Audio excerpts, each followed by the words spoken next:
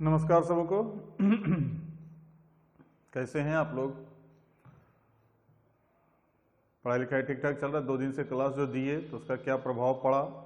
Feedback तो आया नहीं, होमवर्क भी ज़्यादा आया नहीं। अपेक्षा करेंगे कि होमवर्क कम से कम बनाइए आप लोग, ज़्यादा फायदा रहेगा। जब बोले थे कि होमवर्क जो है व्हाट्सएप पर ग्रुप पर डालना है, लेकिन व्हाट्सएप ग्रुप पर डाला नहीं आप लोगों ने। कुछ लोगों ने डाला, कुछ बाकी लोगों ने नहीं डाला। चलिए फिर भी प्रयास कीजिए कि अधिक से अधिक होमवर्क बनाएं, अधिक से अधिक अपने माने किताब वगैरह सबसे भी बनाएं। सिर्फ यहीं के होमवर्क से नहीं डिपेंड रहना है। तो हम लोग अब आगे बढ़ते हैं। अभी तक 2 क्लास लिए हैं, इधर तीसरा क्लास हम लोग यहाँ पर देख रहे हैं कि अभी तक हम लोग देख रहे थे मैथमेटिकल रिप्रेजेंटेशन। किसी भी रेट ऑफ रिएक्शन के लिए मैथमेटिकल रिप्रेजेंटेशन देखा हम लोगों ने। अब हम लोग देखने जा रहे हैं ग्राफिकल रिप्रेजेंटेशन। तो आगे हेडिंग देते हैं graphical representation of rate of reaction.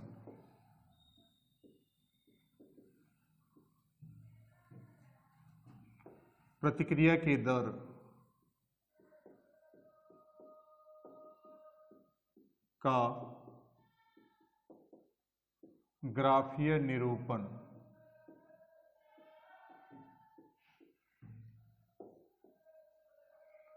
ग्राफीय निरूपण, ग्राफ के आधार पर बताना है कि रेट ऑफ रिएक्शन है क्या। तो कहता है कि किसी भी रासायनिक प्रतिक्रिया में प्रतिकारक या प्रतिफल के जो मोलर सांद्रण है, उस मोलर सांद्रण और समय के बीच यदि एक ग्राफ खींचा जाए तो जो भी ग्राफ प्राप्त होगा उस ग्राफ का एक ढाल होगा, स्लोप होगा। उस स्लोप का मान जो भी निकलेगा उसे ही हम लोग क्या कहेंगे? रेट ऑफ रिएक्शन कहेंगे। तो किसी रासायनिक प्रतिक्रिया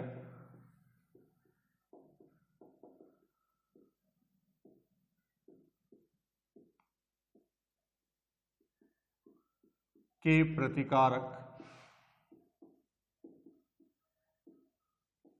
या प्रतिफल के मोलर सांद्रण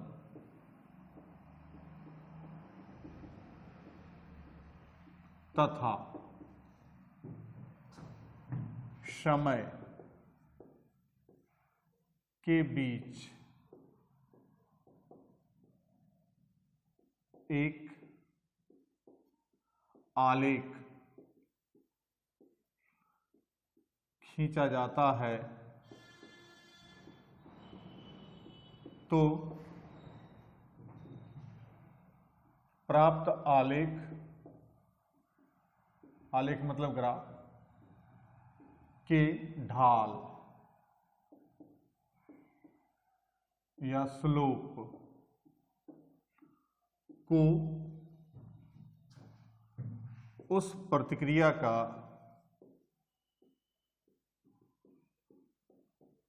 दर कहा जाता है।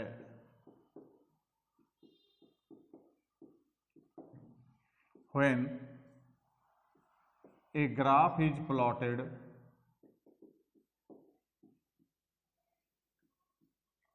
between molar concentration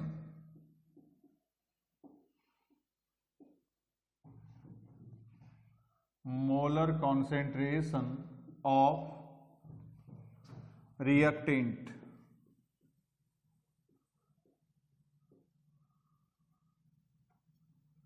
or product with time, then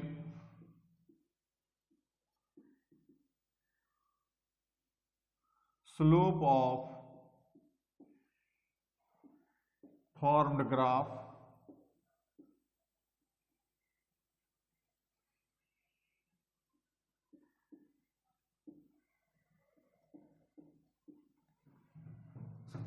is called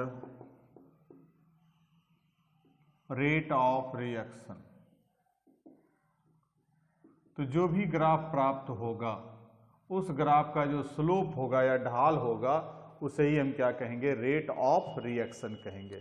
तो ग्राफ खींचना है किसके किसके बीच, प्रतिकारक या प्रतिफल के मोलर सांद्रण के बीच के साथ समय के बीच में।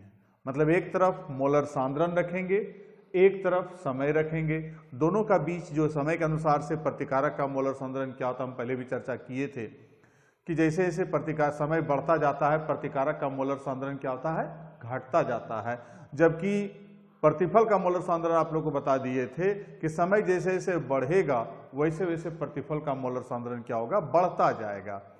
तो इस दोनों रिलेशन को दिमाग में रखते हुए, ये रिलेशन को दिमाग में रखना है और दिमाग में रखते हुए और उसके बाद जब ग्राफ खींचते हैं तो जो भी ग्राफ प्राप्त होगा उसका जो स्लोप होगा, स्लोप मतलब समझ रहे हैं, जो जैसे ट्रायंगल लिए तो ट्रायंगल का जो कर्ण है तो कर्ण का जो भी हमको ऊपर स्लोप ढाल होगा उस स्लोप को हम लोग क्या कहेंगे, रेट ऑफ रिएक्शन। अर्थात रेट ऑफ रिएक्शन बराबर स्लोप ऑफ ग्राफ। और स्लोप निकलेगा कैसे, तो टेन थीटा से निकलेगा और tan theta equal to P by B, जो ट्रिग्नोमेट्री में त्रिकोणमिति में हम लोग पढ़ चुके हैं, अंडर 10 भी पढ़े हुए हैं। अब इस ग्राफ, इस रिलेशन के आधार पर हम लोग किसी भी रिएक्शन का जो रेट ऑफ रिएक्शन ज्ञात कर सकते हैं। तो पहले इसको लिख ले, उसके बाद तो फिर हम लोग देखते हैं इसका कैसे ग्राफ से निकाला जाता है।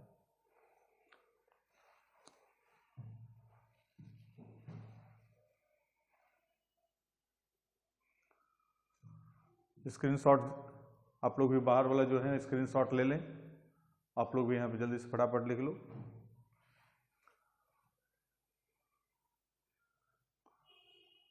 हो गया, चलिए।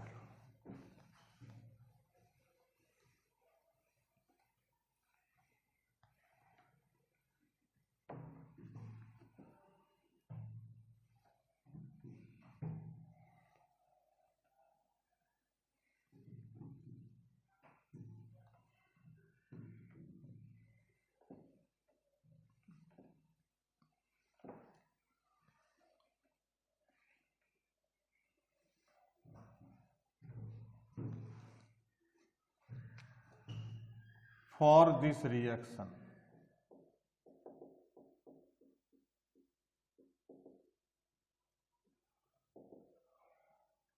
एक रिएक्शन है यहां पर R, इधर से रिएक्ट P फॉर प्रोडक्ट और R for reactant.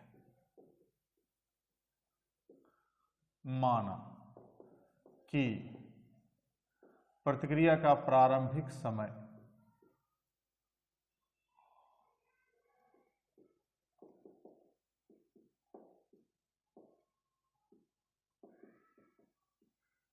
Equal to T1 समय पर प्रतिकारक का मोलर सांद्रण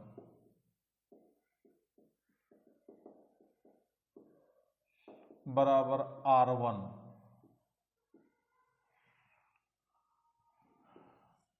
प्रतिक्रिया के बाद का समय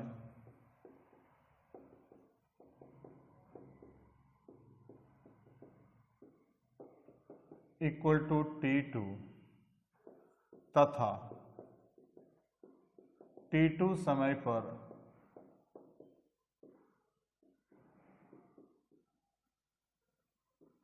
प्रतिकारक का मोलर सांद्रण बराबर R2। अब इसको ग्राफ के रूप में दर्शाएं, रिप्रेजेंट करें, तो यहां पर एक ग्राफ खींचते हैं।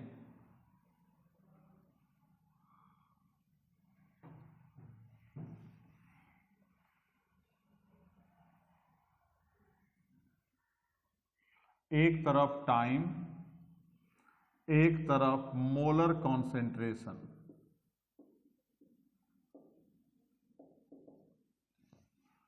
तो मोलर कॉन्सेंट्रेशन वर्सेस टाइम, वो भी रिएक्टेंट के सापेक्ष में है। तो कहता है ये ग्राफ जो प्राप्त होगा थोड़ा सा हल्का सा कर्व के समान प्राप्त होगा। अब यहां पर यदि हम लोग लें,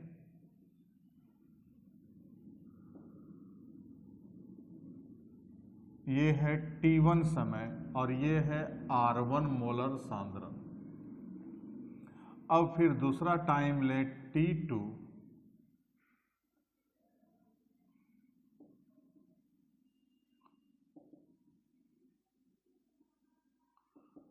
और यहां पर मोलर सांद्रण लेते हैं R2।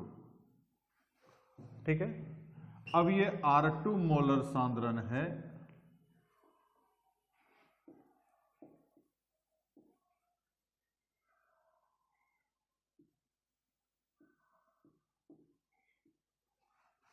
ठीक। अब उसके बाद ये प्रैक्टिकली ग्राफ हुआ।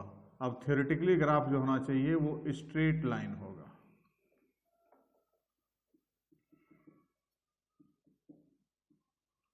थ्योरेटिकल ग्राफ, ये डॉटेड लाइन वाला थ्योरेटिकल ग्राफ है ये वाला, और ये वाला है प्रैक्टिकल ग्राफ। प्रैक्टिकल ग्राफ में क्या होता है, थोड़ा सा कर्व आएगा, टेढ़ा होगा, क्योंकि रिएक्टेंट का मात्रा कुछ रिएक्शन कराने के दौरान बर्तन के दीवार में रह जाता है, इसलिए 100% स्ट्रेट लाइन नहीं आएगा। लेकिन थ्योरी कहता है क्या होगा, स्ट्रेट लाइन ग्राफ होगा।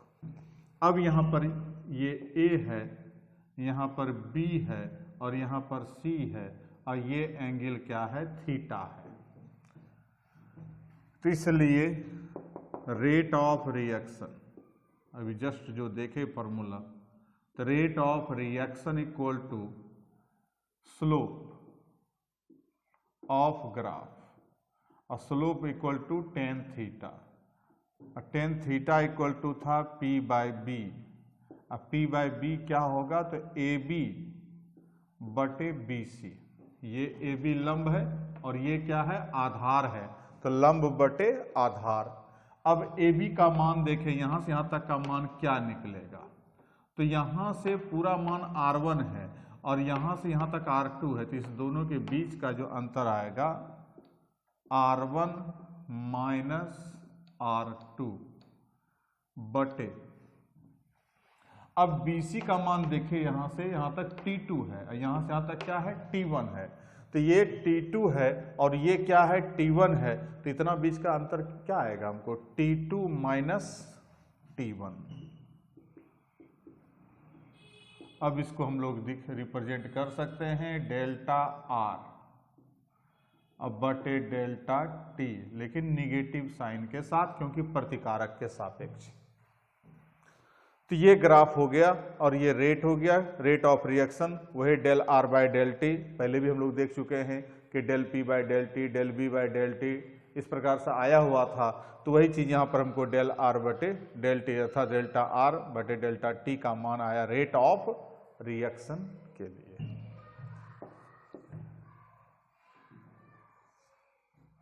चलिए फटाफट लिखिए जल्दी से।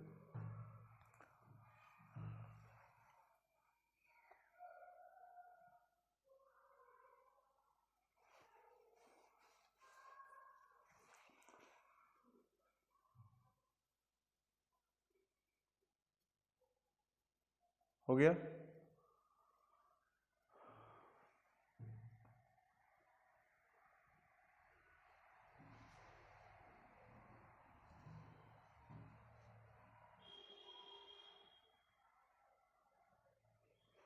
ठीक,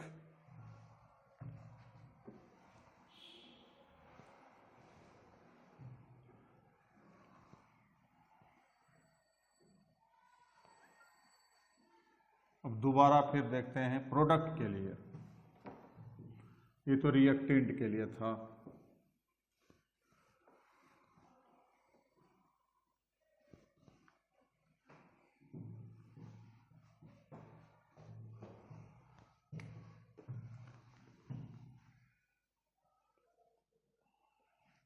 पुनः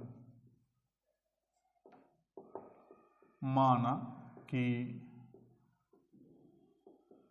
t1 समय पर प्रतिफल का मोलर सांद्रण बराबर P1 तथा t2 समय पर प्रतिफल का मोलर सांद्रण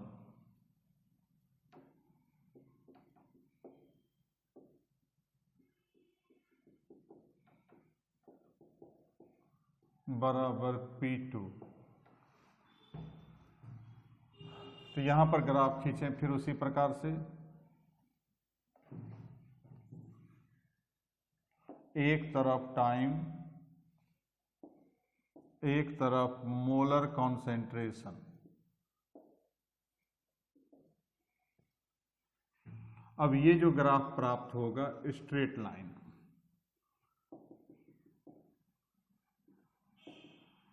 ये है T1 और ये है P1। अब इधर फिर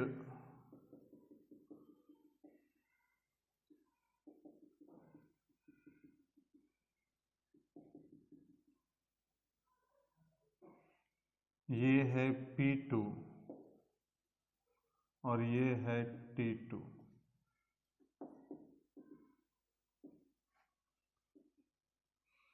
अब ये A B C और एंगल यहाँ का थीटा। फिर एक बार आया प्राप्त, ये जो स्लोप है यहाँ फिर, तो इसका ग्राफ जो होगा सीधा स्ट्रेट लाइन होगा, क्योंकि हम लोग जानते हैं कि समय बढ़ने के साथ साथ प्रतिफल का मोलर सांद्रण बढ़ता है। ये छोटा तो ये भी छोटा, और टाइम बढ़ा है यहाँ तो मोलर सांद्रण भी क्या हो गया, बढ़ गया। तो वैसे कंडीशन में ग्राफ क्या आएगा, सीधा स्लोप आएगा। अब यहाँ पर जो निकलेगा उसी से रेट ऑफ रिएक्शन निकलेंगे। देयरफॉर रेट ऑफ रिएक्शन का मान यदि निकालना चाहें तो slope of graph, slope of graph equal to tan theta, tan theta equal to P by B, P by B equal to फिर वही ए बी बटे बी सी, और ए बी बटे बी सी फिर यहाँ से यहाँ तक देखिए, यहाँ से यहाँ तक P2 है और यहाँ से यहाँ तक P1 है, तो इतना का अंतर कितना आएगा, P2 माइनस P1। आया ना, कि यहाँ से यहाँ तक हमको P2 है ऊपर तक और यहाँ से यहाँ तक नीचे P1 है, तो इतना दूर का बीच का दूरी कितना आएगा, P2 माइनस P1 आ जाएगा ना। अब उसके बाद फिर टाइम लेंगे, यहाँ से यहाँ तक T2 और यहाँ से यहाँ तक T1, तो हो गया यहाँ पर delta P by delta T, एक पॉजिटिव साइन होगा, प्रतिफल है इसलिए, तो फिर वही आ गया। तो ये था ग्राफिकल रिप्रेजेंटेशन। किसी भी रिएक्शन के लिए रेट ऑफ रिएक्शन को यदि रिप्रेजेंट करेंगे तो ग्राफ के आधार पर इस प्रकार से प्रतिकारक और प्रतिफल दोनों के सापेक्ष रेट ऑफ रिएक्शन को रिप्रेजेंट कर सकते हैं। उसी को यहाँ पर हम लोग देखें कि रेट ऑफ रिएक्शन को कैसे रिप्रेजेंट कर सकते हैं, वो हमको यहाँ पर दिखलाई पड़ रहा है। चलिए जल्दी लिखिए, अब सवाल देखेंगे। कल जो टॉपिक जहाँ तक देखे थे उसके आगे हम लोग सवाल को देखेंगे, जल्दी कीजिए।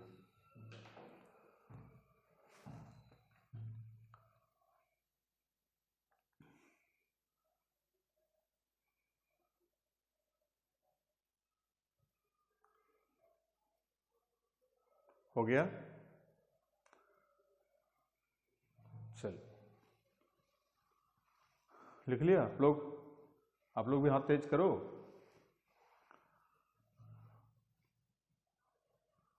ठीक है,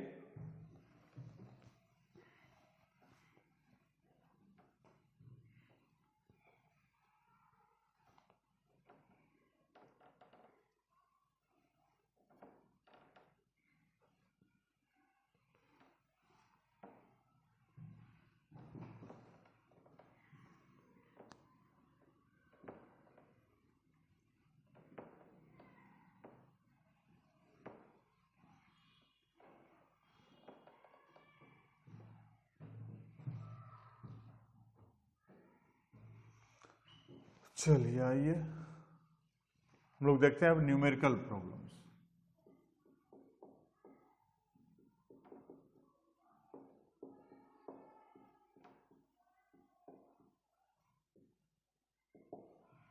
तो क्वेश्चन नंबर एक दो हम बता देते हैं, उसके बाद फॉर या समीकरण डायरेक्ट लिखें N2 + 3H2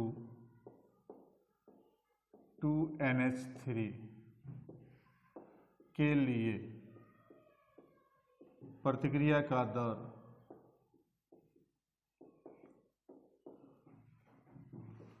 2.4 × 10⁻⁴ हो तो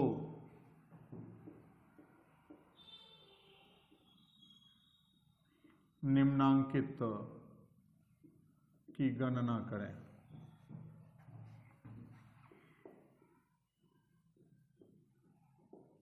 तो यहां गणना करते हैं, किसका किसका गणना करने कह रहा है, तो N2 के वियोजन का दर, बी नंबर H2 के वियोजन का दर, वियोजन या विघटन एक ही चीज है, प्रतिकारक के लिए हमेशा वियोजन या विघटन आएगा और प्रतिफल के लिए आएगा निर्माण। तो NH3 के निर्माण का दर,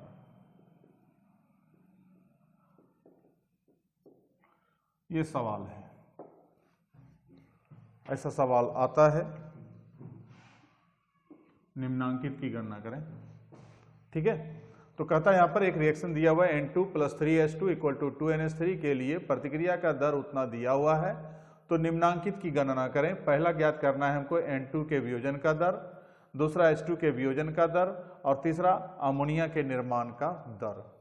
तो प्रतिफल के लिए हमेशा पूछा जाएगा निर्माण और प्रतिकारक के लिए हमेशा पूछा जाएगा वियोजन या विघटन। अब यहां पर हम लोग देखते हैं करना क्या है। तो करना है पहले क्या कि इस रिएक्शन के लिए हम लोग फॉर गिवन रिएक्शन,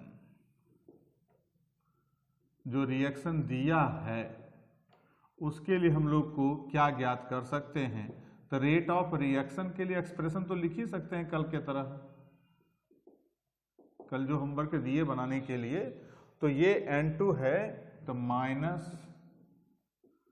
-dN2/dt, यहां इसके लिए -1/3dH2/dt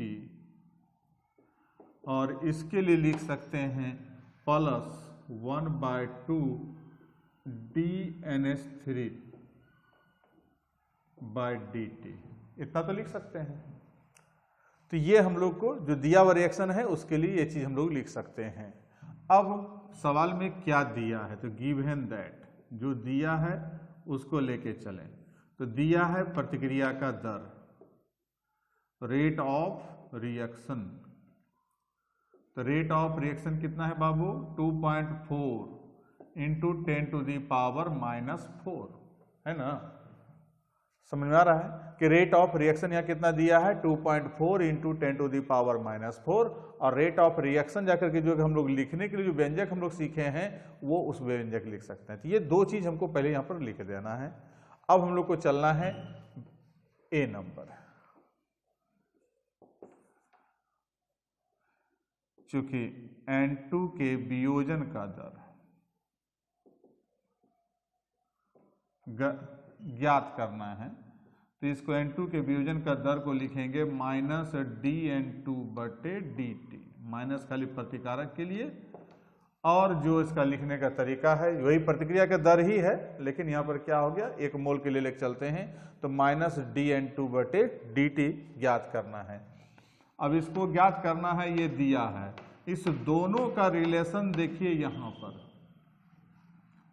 जो ज्ञात करना हो उसका मान और रेट ऑफ रिएक्शन ये दिया हुआ है, इस दोनों का रिलेशन यहां पर इस व्यंजक से पता चलेगा जो ऊपर हम लोग लिखने सीखे हैं। तो देखिए ये दोनों बराबर है, तो चूंकि रेट ऑफ रिएक्शन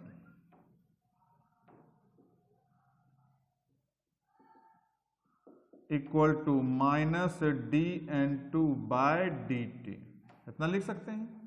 अब यहां पर रेट ऑफ रिएक्शन तो हमको मालूम है, डायरेक्ट कर दें, इसलिए माइनस dN2 बाय dt बराबर कितना होगा, रेट ऑफ रिएक्शन का मान वहां रखे हुए हैं 2.4 इंटू 10⁻⁻⁴। यही आंसर हो गया बाबू, कोई भारी सवाल नहीं है। हुआ जादू कि N2 के वियोजन का दर निकालना था। अब N2 का वियोजन का दर कब हमको माइनस dN2 बाई dt होता है। अब माइनस dN2 बाई dt जो है हमको रेट ऑफ रिएक्शन के बराबर होता है, यहां से तो माइनस dN2 बाई dt निकालना है और रेट ऑफ रिएक्शन तो हमको दिया है, तो जो रेट ऑफ रिएक्शन है वही आंसर हो गया हमको, पहला नंबर। बी नंबर, H2 के वियोजन का दर, H2 के वियोजन का दर तो माइनस dH2 बटे dt इक्वल टू व्हाट। ठीक है, H2 के वियोजन का दर के लिए हमको ये फॉर्मूला आया।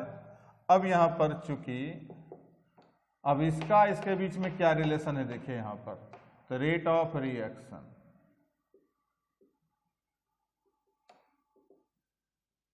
यहां क्या है देखिए ध्यान से, माइनस 1/3 dH2 बाय dt। अब 3 को यहां गुना कर दें तो बचेगा क्या, माइनस dH2 बाय dt, 3 से मल्टीप्लाई होगा 3 इंटू रेट ऑफ रिएक्शन। अब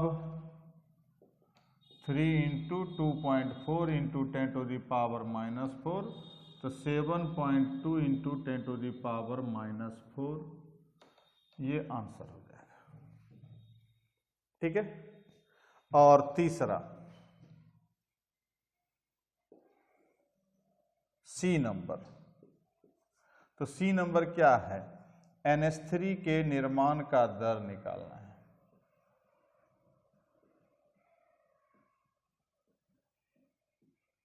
बराबर प्लस DNH3 बटे dt इक्वल टू व्हाट। ठीक, अब DNH3 बटे dt और रेट ऑफ रिएक्शन में रिलेशन ये है कि चूंकि rate of reaction equal to plus 1/2 DNH3 by dt, इसलिए अब यहां पर प्लस DNH3 बाय dt बराबर हो जाएगा 2 गुना रेट ऑफ रिएक्शन।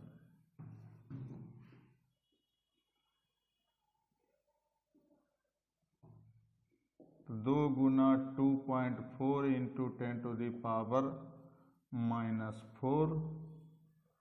तो हो जाएगा 4.8 इंटू 10⁻⁻⁴। एक आंसर यहां हो गया, एक आंसर यहां हो गया, एक आंसर यहां हो गया। तो ये था सवाल इस टाइप का, देख लीजिए। एक सवाल और देख लेते हैं फटाफट।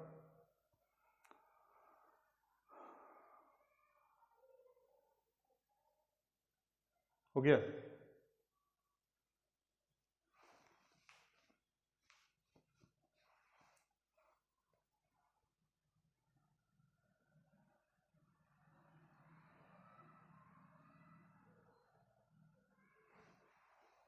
ओके। चलिए फटाफट और एक तो सवाल देख लेते हैं।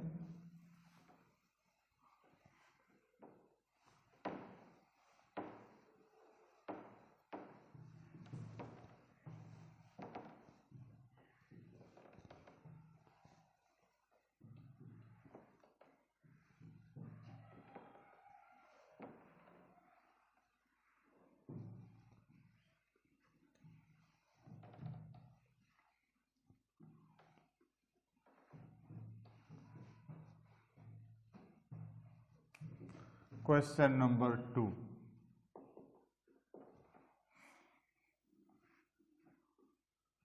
(2SO2 + O2 = 2SO3) के लिए O2 के वियोजन का दर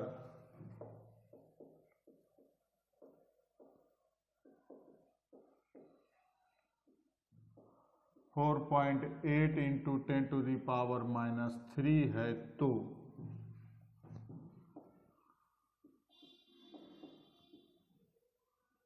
निम्नांकित का मान ज्ञात करें।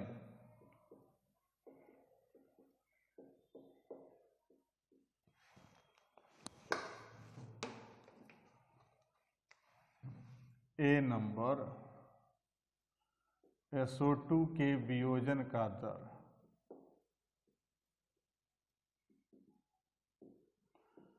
बी नंबर SO3 के निर्माण का दर,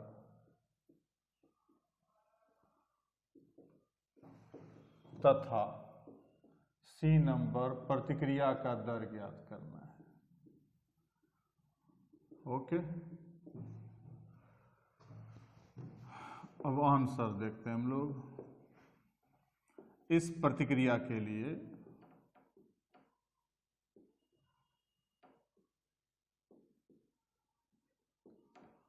rate of reaction equal to हम लोग लिखेंगे -1/2 dSO2/dt। इसके लिए लिखेंगे -DO2/dt, और इसके लिए +1/2 dSO3/dt। ये तो लिख सकते हैं, जो अभी जस्ट लिखने सिखाए, पहले भी कल भी सिखाए थे, आज भी बताए। अब यहां पर गिवन दैट क्या दिया है, तो दिया है O2 के वियोजन का दर, वियोजन का दर दे दिया है, -DO2/dt दे दिया है, कितना 4.8 × 10⁻³ अब ए नंबर SO2 के वियोजन का दर ज्ञात करना है, तो जिसका ज्ञात करना है तो -DSO2/dt बराबर व्हाट, -DSO2/dt का मान ज्ञात करना है, और DO2/dt दिया है, तो इस दोनों के बीच संबंध यहां देखिए कहां है, तो यही है ना संबंध। तो चूंकि माइनस, यहां से ले चलेंगे -1/2 DSO2/dt बराबर -DO2/dt। अब यहां पर इस 2 को उठा के उधर ले जाएं तो बचेगा, इसलिए DSO2/dt, यही निकालना है। अब इस 2 को उठा के उधर ले जाएं, 2 × -DO2/dt, और इसका मान दिया हुआ है 2 × 4.8 × 10⁻³ तो 9.6 × 10⁻³ एक आंसर हो गया यहाँ पर। बी नंबर SO3 के निर्माण का दर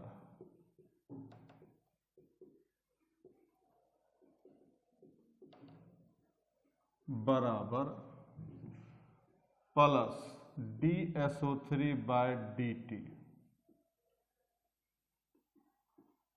इक्वल टू व्हाट। अब यहां पर DSO3 और इसके बीच में संबंध देखिए कहां, ये DO2/dt DSO3/dt, यहां संबंध देखिए, तो चूंकि -DO2/dt बराबर +1/2 DSO3/dt, अब इस 2 को उठा के इधर ले आएंगे तो बचा क्या, प्लस DSO3/dt, और 2 को इसके साथ ले आएंगे तो 2 इंटू माइनस DO2/dt, तो 2 इंटू 4.8 10⁻³ तो 9.6 इंटू 10⁻³ ये भी एक आंसर हो गया। अब उसके बाद तीसरा सवाल जो यहाँ पर है, रेट ऑफ रिएक्शन बराबर व्हाट, प्रतिक्रिया का दर ज्ञात करना है। तो प्रतिक्रिया का दर जब ज्ञात करना है तो चूंकि rate of reaction equal to, यहां देखिए ये रेट ऑफ रिएक्शन है, रेट ऑफ रिएक्शन और इसके बीच संबंध यहां है, तो रेट ऑफ रिएक्शन बराबर है माइनस DO2/dt,